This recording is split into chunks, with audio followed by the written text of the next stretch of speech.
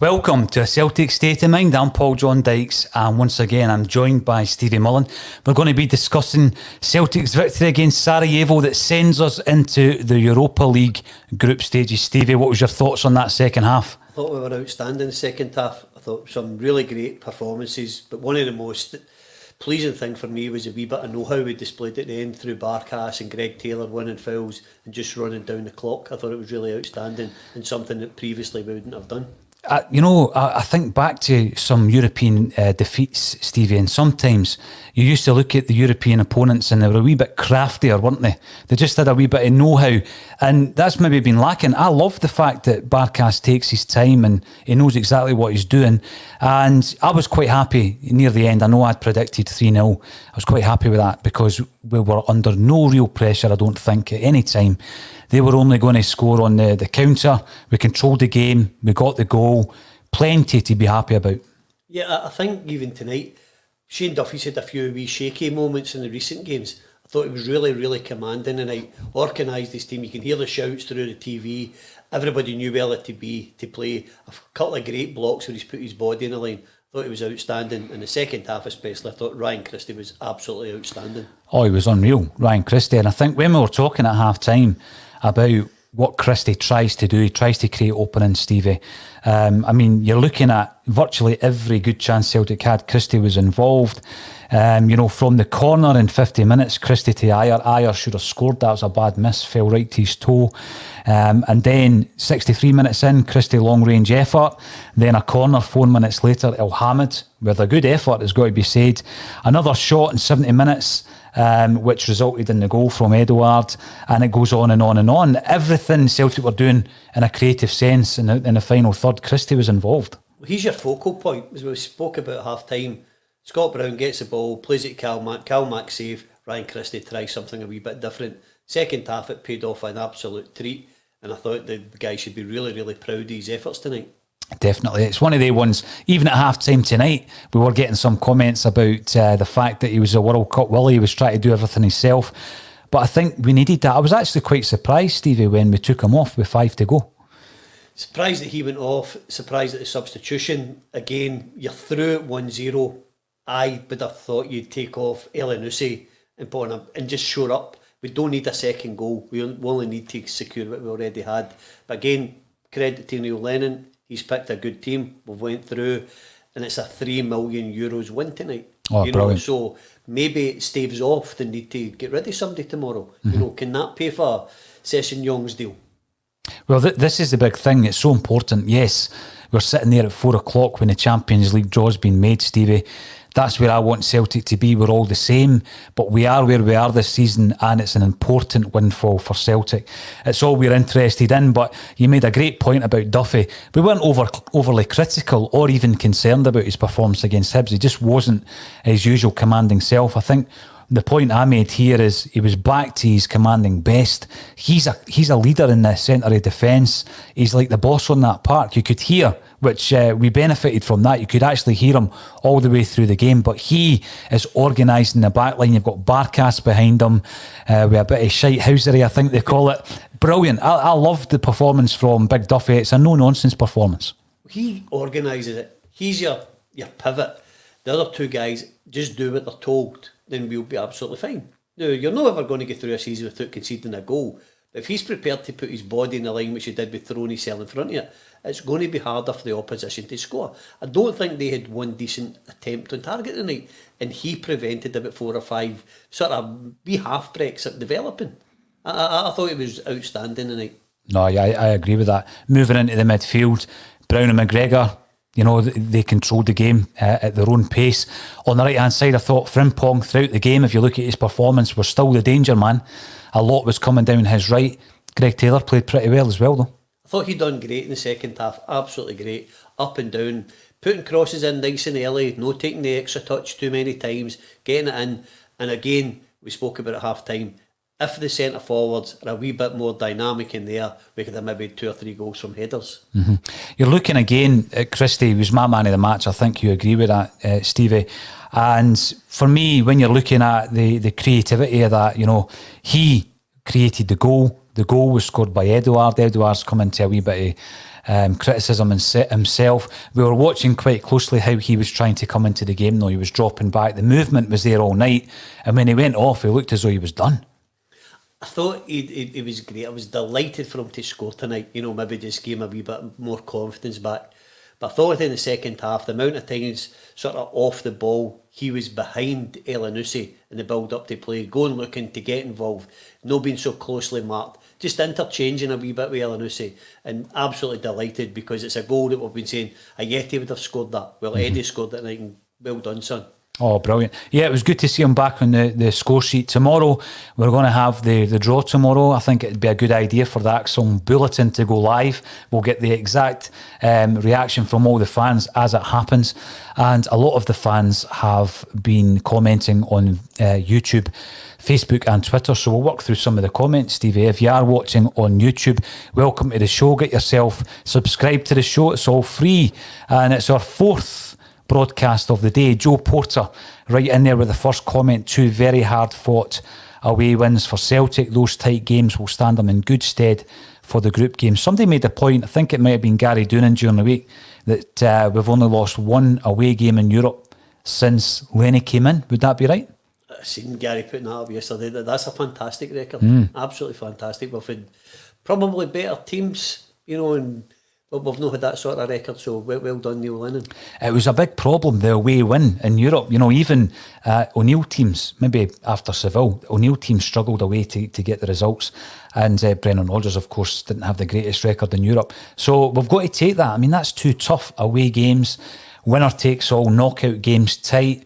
And, you know, we did what we had to do. I don't think during any of the 2 games, Riga or Sarajevo, you or I were under any kind of illusion that Celtic weren't going to get through. 2 clean sheets. Yep. Clean sheet again this Sunday. That's what you're buying guys like Shane Duffy to do. Absolutely. And let's just make sure we don't lose anybody at the back. We brought on a substitute. Encham comes in. He plays 5 or 6 minutes. Do you think he is still a likely target for some suitors before Monday night? I think he would be. I don't think he would be happy only getting the... But again... I thought when he came on, he was sort of playing a strange sort of position, you know, where sometimes with him, Klimala and Elyounoussi, it looked as if we were playing 3 up front. And I'm a great believer, if you're through, go through. You don't need a second goal. Don't leave yourself any space. Towards the end, I went for a 4 at the back, just everybody stay back and get 5 across the midfield and just let Paddy run about up front. Paddy did that, didn't he, when he came in? And again... quite crafty, slowing everything down, buying a few seconds. At that stage of the game, Stevie, as you say, the hard work's done. They're throwing their goalie up, they're trying everything, and every time we get the ball, Barkas is taking an edge. Listen, I love all that because we've been guilty of not doing that in the past. Usually we're quite naive, but that's something that we've learned by getting. But one of the pleasing things about that was Greg Taylor was doing it. Yeah. This is Greg Taylor's sort of inaugural season for Celtic in Europe. But he's learning that wee bit where he bought a great free kick with 30 seconds to go. He did, you know, Barkas took, I think it was 45 seconds with one of the by kicks. Absolutely fantastic. Because we've suffered. Stop running about. We're through at 1-0. Just take that and go home. Just improving that European craft, Stevie. Now, IH decorating comments on YouTube qualified, and that's all that matters. You do feel like that. Not pretty or entertaining, but in the hat for group stage football. And although I would take that, it's not been that pretty or entertaining. Again, dominant. Very dominant. Well, we've created 8 chances we counted through Ryan Christie alone in the second half. I think that's pretty dominant. Mm-hmm. Oh, definitely. I mean, Christie again, even at half-time, getting a wee bit of stick, but that second half showed that, you know, if you're going to be playing those defence splitting passes, or you're going to try something a bit different, you're going to come into a situation where you lose the ball from time to time. But he was in the middle of everything that we've done creatively. But that's how you get a partnership. This is all the things that Ryan Christie can do. Callum McGregor supplies the other things. Mm-hmm. So you've got a partnership. Yeah. They both can't do the same thing. If you've got 2 guys identical, you're never going to do anything different. So you need variable types of players to give you something different to make your midfield work. Oh yeah, absolutely. Now Wayne Jackson, we're through. That's plenty. Quite happy with that. But we'll keep the chat going for another 20 minutes or so. Wayne, thanks for joining us on YouTube. John Coyle, job done. European football to look forward to. Hail, hail. And Joe Porter reckons that they were playing for penalties. Well done, Celtic. Again, yes, it's an away win, and that European record is astonishing, really, when you think about it. Obviously, last season was disappointing in the end, Stevie, but you can't forget the Lazio wins. And I did say that we were making progress in Europe. That was kind of thrown out the window when we were knocked out to Ferencvaros. We've dusted ourselves down. We move into the group stages. Do you think that the squad that we have at the moment is a squad that will go into the first European fixtures in the Europa League group stages? I certainly hope it isn't. I would like to see a wee bit of difference in it. I still think we need cover in the left wing back position. If it's somebody that comes in and replaces Greg Taylor, great. If it's somebody that's going to be back up, great. We're too short there. If we need to finance that, I would let one of the midfielders go. I think if Griff's back tonight, you've got Klimala, Yeti, Eddie, you're fine up front. If you don't let Ayer go, you're fine at central defence because you've got a bit of cover. Possibly the only other bit would be the right hand side. You might be a wee bit weak there. If James Forrest is out for any length of time, and you're only left with Frimpong, but I'm not in the medical staff at Celtic, so I don't know how long James Forrest is going to be out. Mm-hmm. I'd agree with that, because I think even tonight you've seen that Frimpong is going to be taking that kind of abuse game after game, because it's sometimes the only way they know how to deal with him, Stevie, and that will inevitably turn into injuries for the lads, so you need somebody else to cover that as well. I was just thinking there, obviously we're in now, we're taking nothing for granted up until that final whistle, Stevie. We're into the draw tomorrow, we'll cover that. What happens with the tickets, because we always look forward to the package, the 3-match package, and we're moving into the realms again of potentially looking for fans to pay for games that we can't attend. I think it's a real dilemma for Celtic, because you need the Europe money to make up the balance. Do Celtic give you this as part of the added value for your season ticket, or are they going to offer another 3-match package? It's a real serious question, and I can see the merits on both sides, where guys are going, we've gave you money for season tickets, we should get that because we're not getting to see a game, but you need to maximise your income stream. Absolutely. I mean, tonight, obviously, they were able to give us an away game on the season ticket, which was fantastic, Stevie. A lot of fans were delighted with that. Credit where credit's due. It's going to be a difficult decision, and I don't think you're going to please everybody. No, but I think you could make it an awful lot better if you change the commentators. Well, I think they've got a wee book and they've got to read page 1 to page 90 during the minutes. I think it's always interesting to have a co-commentator as an ex-player. I always find that kind of refreshing. Like or loathe them, they give you an insight into their knowledge of the game, having played it. But that was lacking tonight, I think. Again, you can go back. I remember seeing one of the best things when Andy Gray used to do the boot room. Yeah. And David Pleat was one of the best guests I had ever seen. His knowledge of the game. They were going to play Newcastle United the following night, and everything he said came true the next night. So if these guys have got this knowledge and they're co-commentating, I think they're there to educate the things that you can't see. Yeah. If he just repeats what the commentator says, or exactly what you can see in the TV when they're following the ball, it shouldn't be there. There's nothing they can add to it. It just becomes background noise. Yeah. Vialli described what a false number 9 was, and Gary Neville and are all sitting staring at him. They didn't know. So you need somebody to teach you something you don't know if you're watching these co-commentators. You're looking for a bit of insight. Yeah, you certainly are looking for a bit of insight. And, some of these players agree or disagree with what they're saying. They do give you that. They've played the game at the highest level. Other ex-players give you absolutely nothing. And I'm not going to name any names because we know who we're talking about with that. But a wee point here from Barca Boy is that Duffy had their number 9 on toast tonight. Now, you were talking all the way through that second half about that performance from Duffy. I think that suits him down to the ground. And if you allow him just to go and organise his own defence, maybe no listen to instructions, he knows how to play centre-half. He's a captain of the Republic Island. He knows how to play defensively. So allow him to go and play. Don't ask him to do things he can't, and he'll be a great, great signing for us. I think he's shaping up. Again, we just mentioned the fact against Hibs that he wasn't his dominant self. We were hardly being critical, and it was a performance by the team, Stevie, where you could actually you know, you could get away with it, one or two guys being off the top of their game. He's come in tonight, and I was just so impressed with how he is marshalling that defence.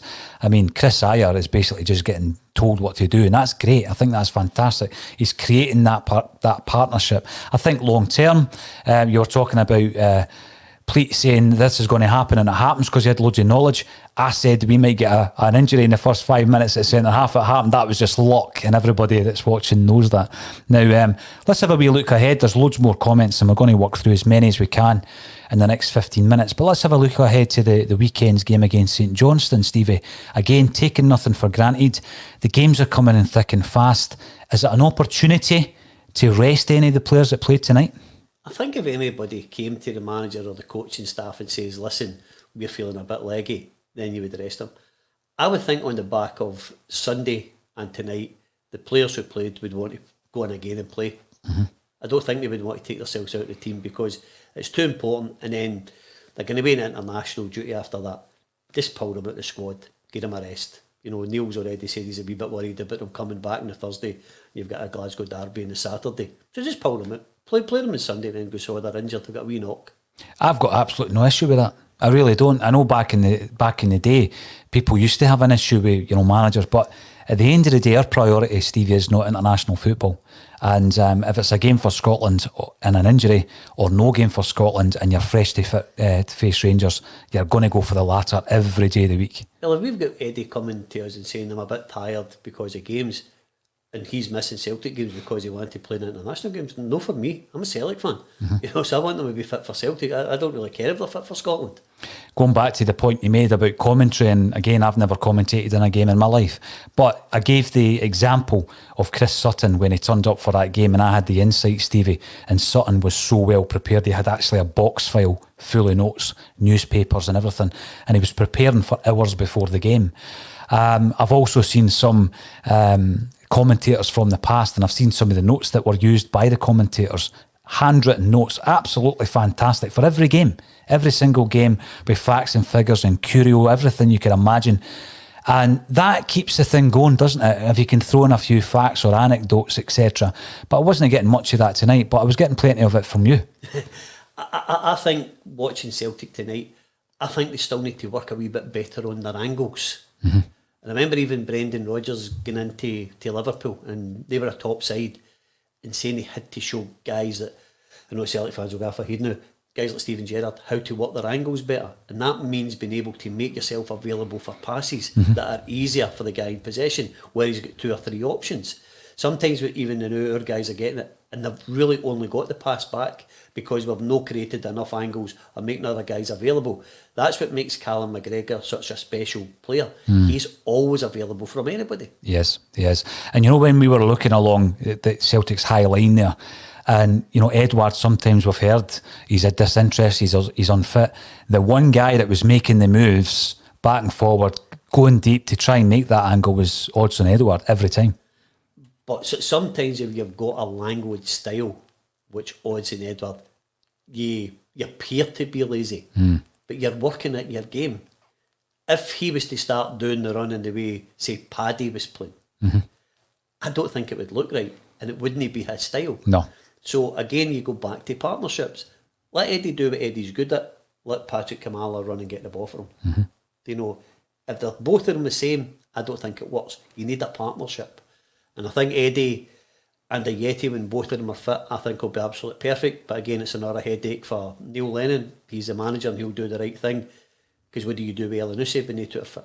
No, that's right. And again, Elyounoussi put in a shift tonight. I think at one stage I would have probably taken him off when Christie came off. I think that was a shout that I made, just in case, Stevie, we went into extra time, because nothing was decided at that point. But we managed the game brilliantly in the latter stages. I'm going to make a prediction, no inside knowledge. I think Edouard's going to be rested this weekend. I think Klimala will start, and I think we're going to see an appearance by Lee Griffiths as well. And what will happen there, hopefully, is that we're going to have Edouard fresh for the game against Rangers, and by all accounts, Ayeti will be back for that game as well. I think it would be great. I think it would be absolutely great. I'm really, really looking forward to it, because according to everybody, we're absolutely rubbish and they're the most magnificent team in the world. If we win the game in hand, we're top of the league. So if we're rubbish and they're great, the season should work out fine for us. What was the 11 points comment by the time we faced Rangers? Aye, that's what I'm saying. So if we win our game in hand, we're top of the league. And it's really important to do that because you never know when they'll call the league. So it's important to be top or have that game in hand that allows you to get there, because nothing would surprise you with them.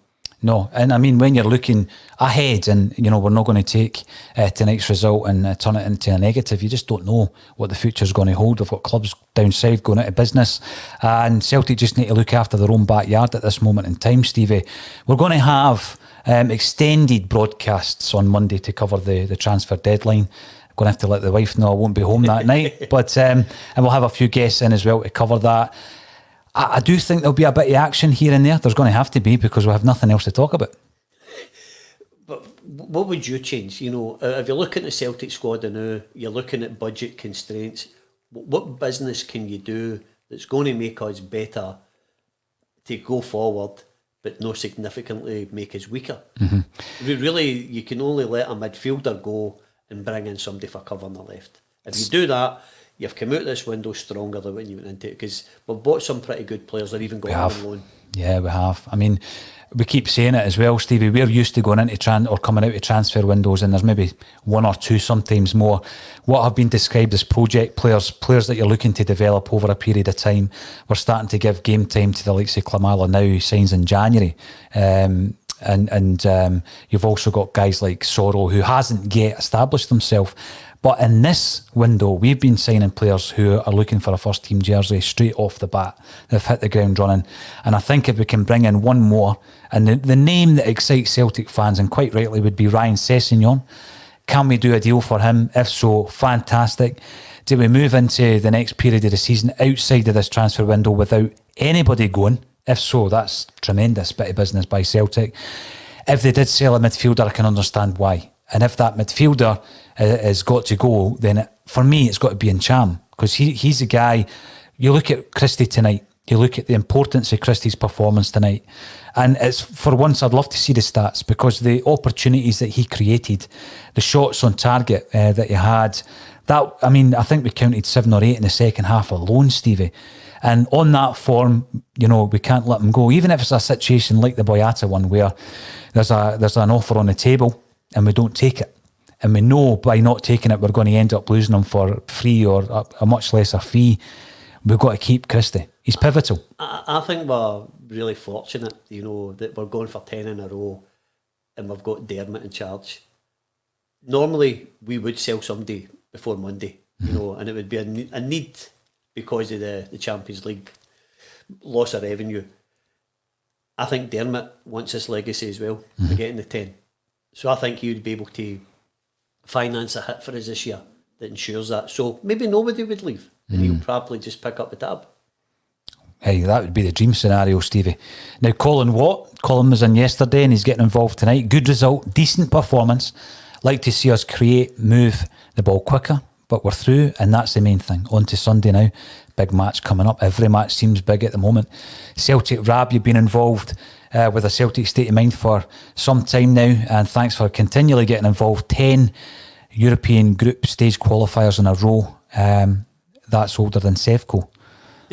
Well, there you go. We don't tend to talk about them on this show unless we're playing them, and we're going to have a very special preview the day or night before the Rangers game. Sonny A, I think they were playing to catch us on the break, like Mourinho does when he plays anti-football. Quite a lot of the teams are playing us like that. And I think when we scored that goal, I says to you, Stevie, you know, they're going to have to come out here, and that's exactly what Celtic prefer. If someone comes out at us, we can play them at football and we can craft openings. So when we got that first goal, I was under absolutely no concerns really that we were going to get through. When you're playing against that level of defensive ability, you need to be patient. But that's where guys like Ryan Christie, and again, I'm not just banging the drum for Ryan Christie, the fact that he'll do something a wee bit different creates an opportunity. If we've just got another safe midfielder like Scott Brown or Callum McGregor, we're probably sitting watching extra time just now. No, you're right. Christie was prepared to be bold, take risks. And from one of those shots, we got Edouard's goal, and it was a relief, but it was what we deserved, you know. Toto, you're commenting on Twitter. Welcome to the show, the Lurgan Klopp.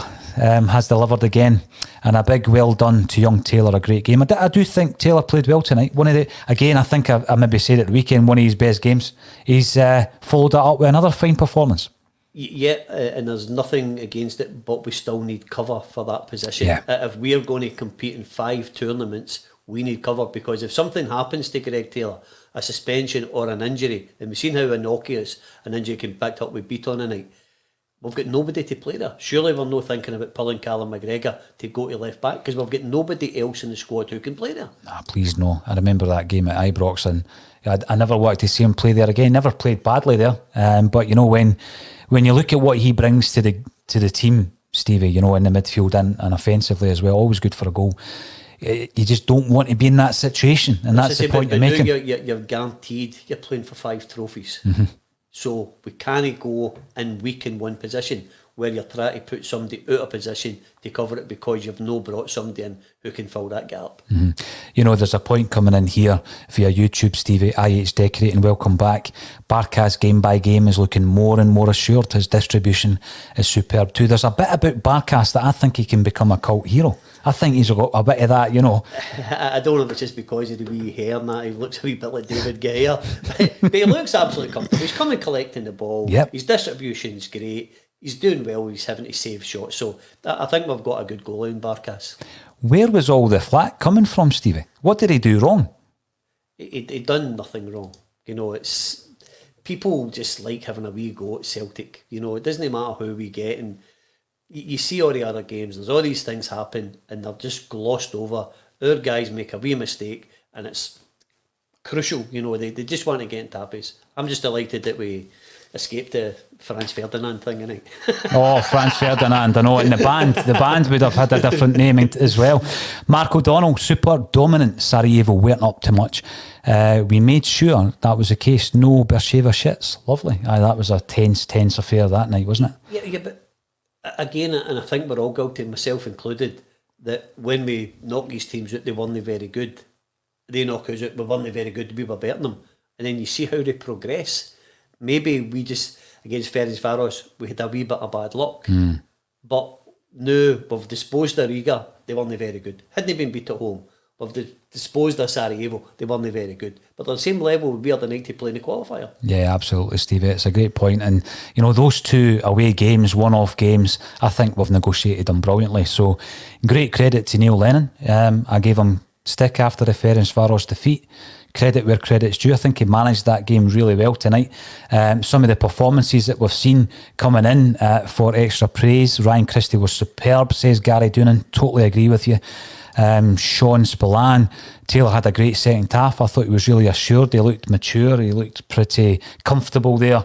And as you say, he was getting free kicks and he was doing the craftiness that, you've got to do that if you're going to progress. And I don't mean play dirty and roll about the park. Just do the craftiness. That's what he was doing. The last 2 weeks is something that we've never faced before. No. A one-off European tie. Mm-hmm. So this is new to everybody. You can't lean on anybody's experience. This is new. The pandemic has created something that people haven't faced. Since 2003 in Seville, that's the first time, So you've got to set up differently and prepare differently for these. You can't go, if we get nothing each, we can take them back to Celtic Park. This is, you need to win, and we've been unfortunate. Both of these games have been away from home. Absolutely. Now, Colin Watt is looking at the pots that we might be in, and obviously that all depends. And, is it 12 o'clock tomorrow? Can someone confirm when the draw is? That would be ideal if somebody could confirm that, because we are certainly going to be covering that. And I think if we do it live, we'll get live reactions from everybody who's tuning in as well. Stephen is coming in to say that he prefers the one-off ties. I think, when you're looking at the Ferencvaros game, you're going into that game at home, Stevie, you're thinking, we're going to get through here. We didn't. You go away from home and, you get 2 hard-fought wins. It's certainly adding a different dynamic. I think so. I prefer the 2-legged affairs. I think they're more exciting, the one-off games. I think in the Champions League, before Bayern Munich won it, I think they were great games. This, because they've made the Champions League game, the qualifiers 2 legs. Why could these not be in it? Go out and say, Big Colin made some great points yesterday and he was looking absolutely brilliant.